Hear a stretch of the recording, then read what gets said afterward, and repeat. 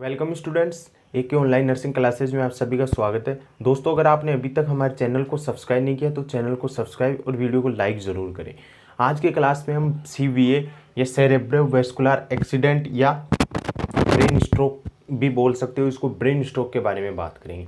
तो ये अपनी यूनिवर्सिटी वाली एग्ज़ाम होती है नर्सिंग ग्रेजुएशन के लिए, उनमें ये इंपॉर्टेंट टॉपिक है। एग्ज़ाम जो कंपटीशन लेवल है उसमें बहुत रेयर चांस होते हैं कि इससे क्वेश्चन पुटअप हो। तो स्टूडेंट तो हमारे पास सभी वो ही हैं, एक साथ कोई कंपटीशन का है, कोई एग्ज़ाम मतलब प्रिपरेशन कर रहा है ग्रेजुएशन वाली, तो क्लास तो लेनी होगी ना हमें। तो आज हम CVA के बारे में बात करेंगे। ब्रेन स्ट्रोक या CVA होता क्या है। CVA यानी इसकी फुल फॉर्म देख लेते हैं पहले। Cerebro vascular accident.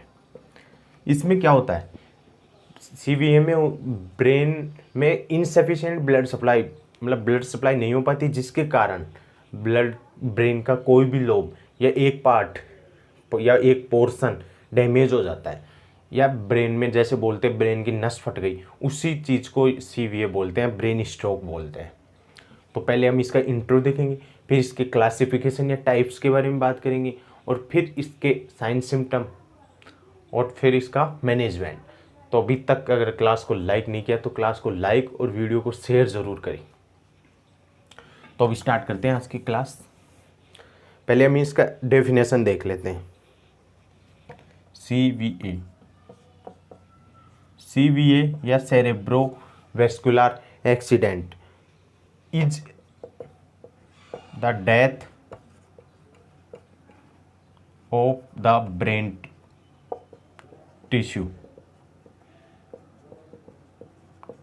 Brain tissue की डेथ हो जाती है, किसके कारण? Death of the brain tissue of a specific portion. ऐसे नहीं पूरा ब्रेन ही डैमेज हो गया। इसमें मैंने पहले बता दिया आपको, स्पेशल पोर्शन यानी जिस मतलब आगे की, जैसे ब्रोकास एरिया डैमेज हो गया या ऑक्सीपिटल एरिया डैमेज हो गया, ऑक्सीपिटल एरिया के फंक्शन ही डैमेज होंगे, पूरा ब्रेन डैमेज नहीं होता इसमें। यस, किसमें? ब्रेन स्ट्रोक में या सेरेब्रोवैस्कुलर एक्सीडेंट में। Portion of the brain due to किसके कारण? Insufficient blood supply, to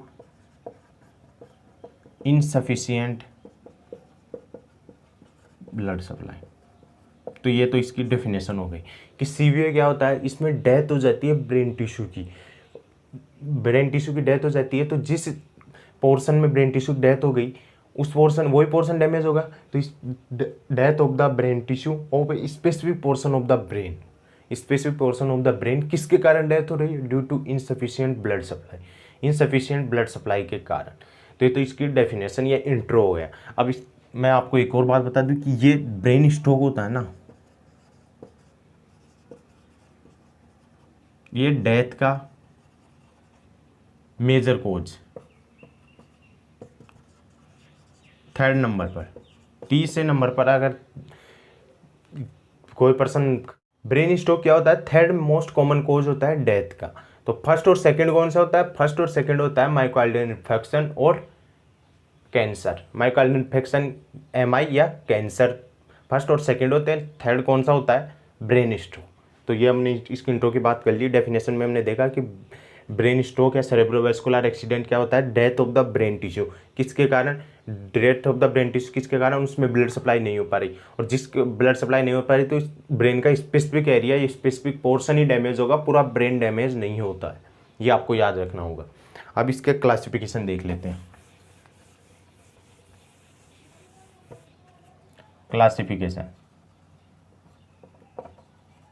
classification में ये दो टाइप का होता है, टू टाइप्स। पहला ischemic stroke, ischemic, and second hemorrhagic stroke. Ischemic stroke में क्या होता है? इट इज कोज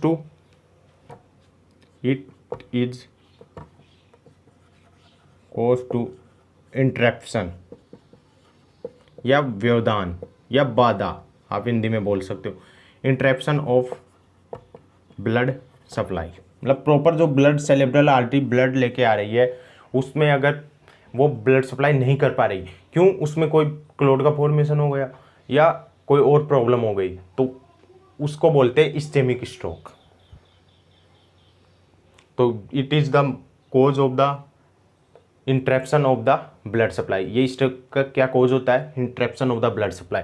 अब interruption of the blood supply कौन कौन से कोज है, उसके आधार पर इसको दो पार्टों में डिवाइड किया गया है, 2 टाइप्स। कौन कौन से? Cerebral embolism and cerebral thrombosis. Cerebral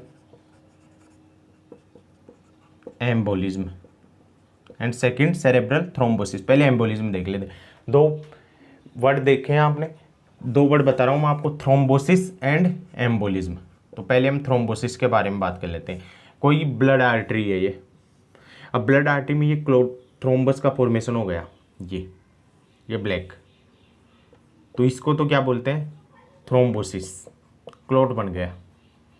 और अगर ये थ्रोम्बस टुकड़ों में टूट जाए या कहीं से अदर बॉडी पार्ट से आ जाए और फिर अगर ये सेरेब्रल आर्टरी को ब्लॉक कर दे, ये टुकड़े आकर, जिसके कारण क्या होगा? ब्लड नहीं जा पाएगा, और ब्लड नहीं जा पाएगा तो स्ट्रोक वाली कंडीशन ऑक्यूर हो जाएगी। तो इसको बोलते हैं क्लॉट का फॉर्मेशन, या ऐसे बन जाए, थ्रोम्बस बन जाए, उसको तो बोलते हैं सेरेब्रल थ्रोम्बोसिस। और क्लॉट के मतलब थ्रोम्बस है उसके टुकड़े ब्रेक डाउन होकर फिर वो ब्लड सप्लाई को इंटरप्शन कर रहा है या उसको ब्लॉक कर रहा है सेरेब्रल आर्टरी को, तो वो होता है एम्बोलिज्म। तो ये दो टाइप बताई, सेरेब्रल थ्रोम्बोसिस, इसमें तो क्या होता है? सेरेब्रल थ्रोम्बोसिस, इसमें थ्रोम्बस का फॉर्मेशन हो जाता है, थ्रोम्बस फॉर्मेशन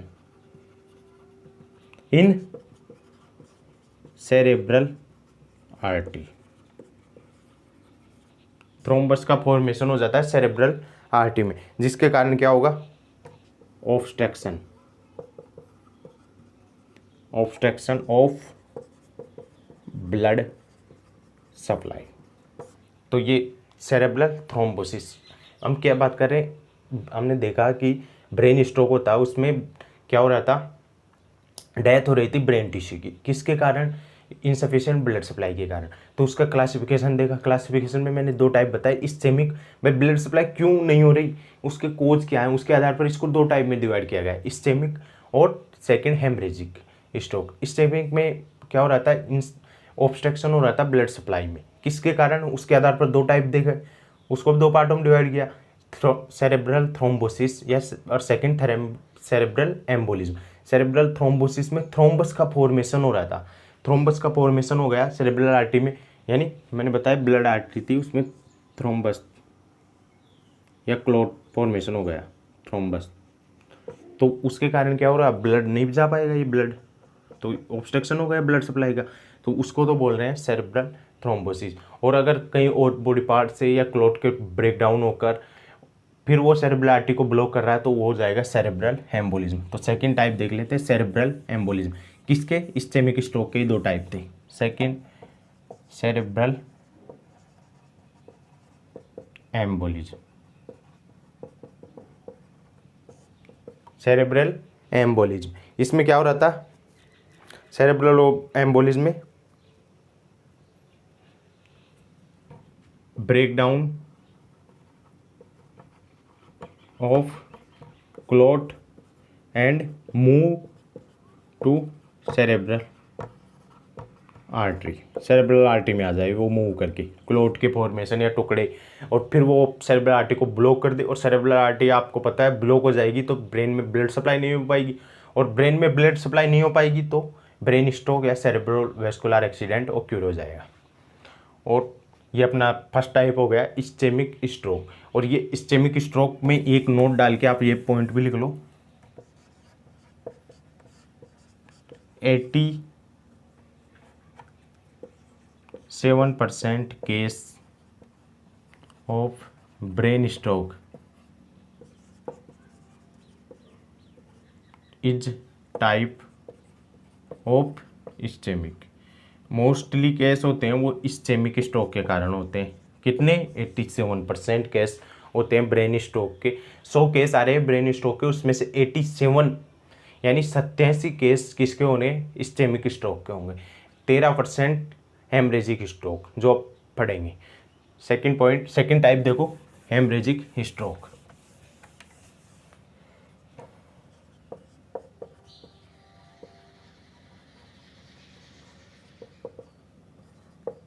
हेमरेजिक स्ट्रोक है, हेमरेज यानी कोई ब्रेन में आर्टरी मतलब डैमेज हो जाए या रप्चर हो जाए, तो हेमरेजिक स्ट्रोक में क्या होगा, rupture of cerebral artery. Cerebral artery rupture हो जाएगी, यानी ब्लड सप्लाई कर रही है वही आर्टरी रप्चर हो जाएगी, तो उसके कारण क्या होगा, ब्रेन में ब्लीडिंग हो जाएगी। ब्लीडिंग, हेमरेज का मीन्स ही ब्लीडिंग है, तो किसके कारण हो रही है, rupture of the cerebral artery. Cerebral artery rupture हो जाएगी और ब्लीडिंग हो जाएगी, ब्लीडिंग हो जाएगी। अब ये किसके कारण, रीजन, ये रप्चर कैसे हो रही है, कोई भी डिजीज कंडीशन हो जाए, जैसे हाइपरटेंशन हो जाए या इंजरी हो जाए, कोई एक्सीडेंट हो जाए उसके कारण, हाइपरटेंशन, इंजरी, ये क्या करते हैं, लीड करते हैं, lead to hemorrhagic stroke. Hemorrhagic stroke को क्या करते हैं, लीड करते हैं। तो ये इसके क्लासिफिकेशन में देख लिया हमने, दो टाइप थे, पहला था इस्केमिक स्ट्रोक और सेकंड हेमरेजिक। इस्केमिक में क्या हो रहा था, ब्लड सप्लाई इंटरप्शन हो रही थी, बाधा हो रही थी, क्यों नहीं हो पा रही थी पूरी प्रॉपर ब्लड सप्लाई। उसके दो कोज थे, सेरेब्रल थ्रोम्बोसिस, थ्रोम्बस का फॉर्मेशन हो रहा था उसके कारण, और सेरेब्रल एम्बोलिज्म में ब्लड के क्लोट या टुकड़े या थ्रोम्बस के टुकड़े आकर वो फंस जाए सेरेब्रल आर्टरी में और ब्लड की सप्लाई ना हो पाए।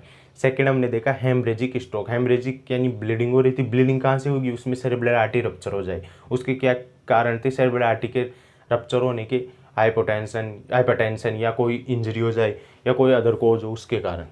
तो इसका क्लासिफिकेशन हो गया। अब इसके रिस्क फैक्टर देख लेते हैं कि कौन कौन से रिस्क फैक्टर हैं जिसके कारण ये ब्रेन स्ट्रोक हो रहा है।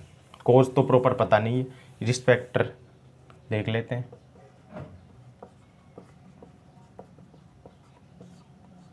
रिस्क फैक्टर में hypertension,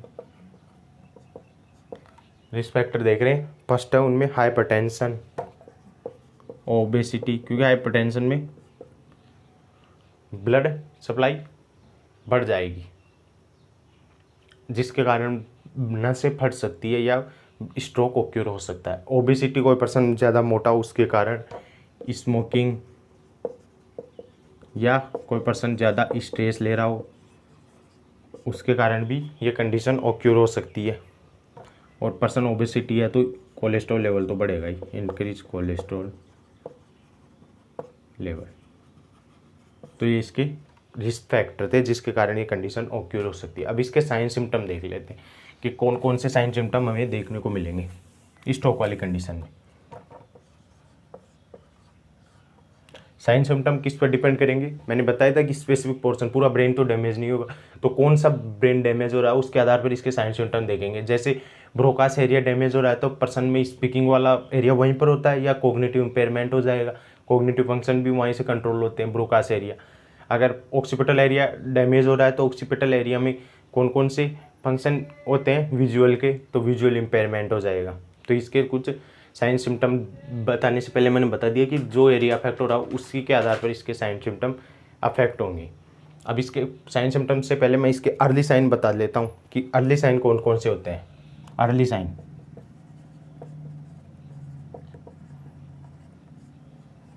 early sign weakness of facial muscles,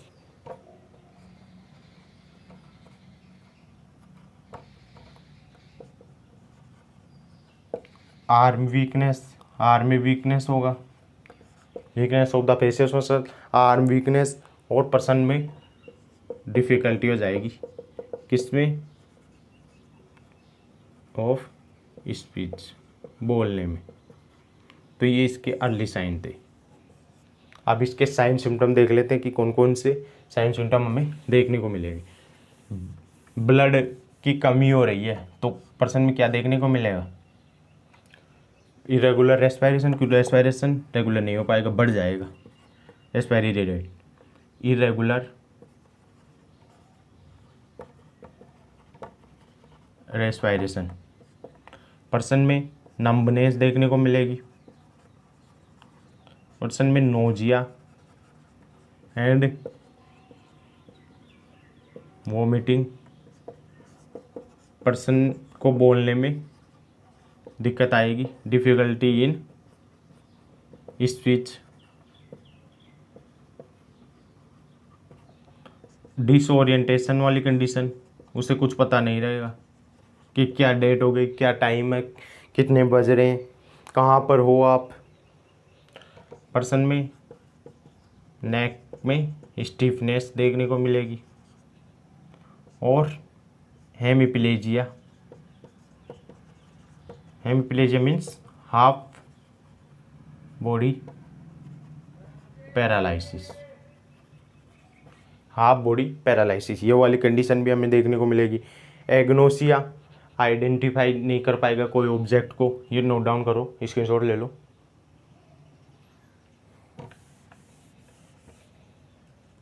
agnosia, identify नहीं कर पाएगा पर्सन कोई भी ऑब्जेक्ट हो उसको। ये पर्सन में साइन सिम्टम देखने को मिलेंगे किसमें? सेरेब्रोवास्कुलर कंडीशन में, सेरेब्रोवास्कुलर एक्सीडेंट या ब्रेन स्ट्रोक में। अब इसके डायग्नोस्टिक इवैल्यूएशन के बारे में बात कर लेते हैं। अगला point, diagnostic evaluation. Diagnostic evaluation में history collection plus physical examination, history collection and physical diagnostic evaluation में फर्स्ट वन। फिर हम क्या करेंगे उसका? Neurological examination,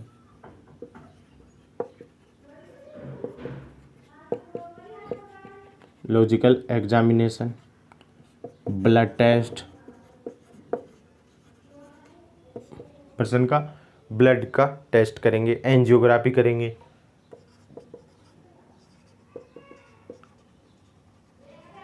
graphy, CT scan and MRI. ये इसके डायग्नोस्टिक इवैल्यूएशन है किसके? सेरेब्रोवास्कुलर एक्सीडेंट या ब्रेन स्ट्रोक के।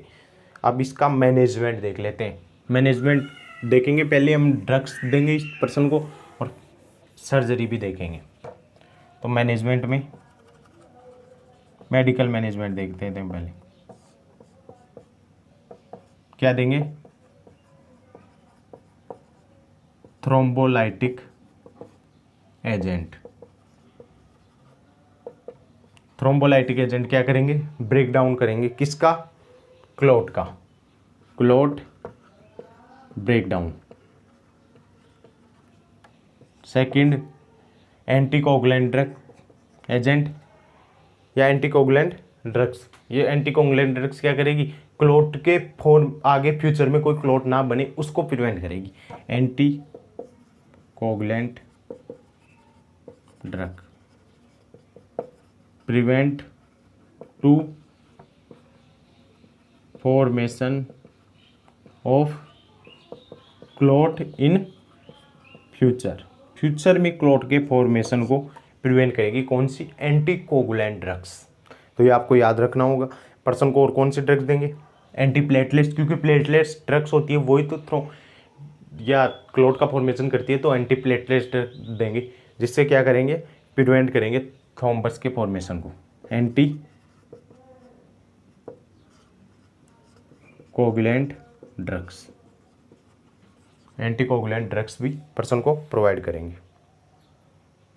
डायूरेटिक्स देंगे, ये क्या करेगी? आईसीपी, इंट्राक्रैनियल प्रेशर को डिक्रीज करेगी। तो इसका मेडिकल मैनेजमेंट था। सर्जिकल मैनेजमेंट में क्या करेंगे? उस जो आर्टरी रप्चर हुई है उसको रिपेयर करेंगे। तो ये तो इसका सर्जिकल मैनेजमेंट हो जाएगा। देख लेते हैं, कोई स्पेशल सर्जरी है नहीं इसकी। Surgical management.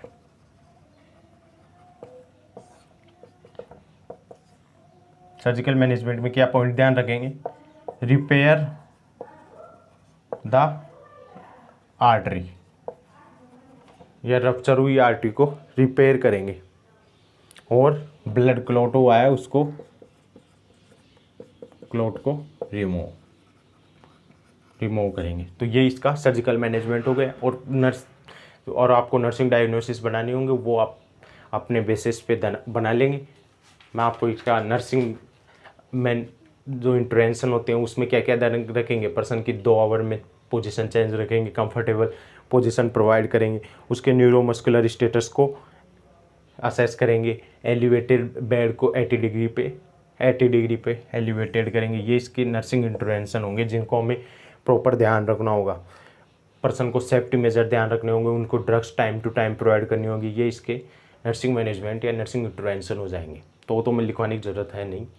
अगर आपको वीडियो पसंद आए, वीडियो को लाइक और चैनल को सब्सक्राइब ज़रूर करें, और अपने जो भी सोशल साइट्स यूज़ करते हो या जो भी स्टूडेंट्स नर्सिंग वाले हों उनके पास ज़रूर शेयर करें इस वीडियो को।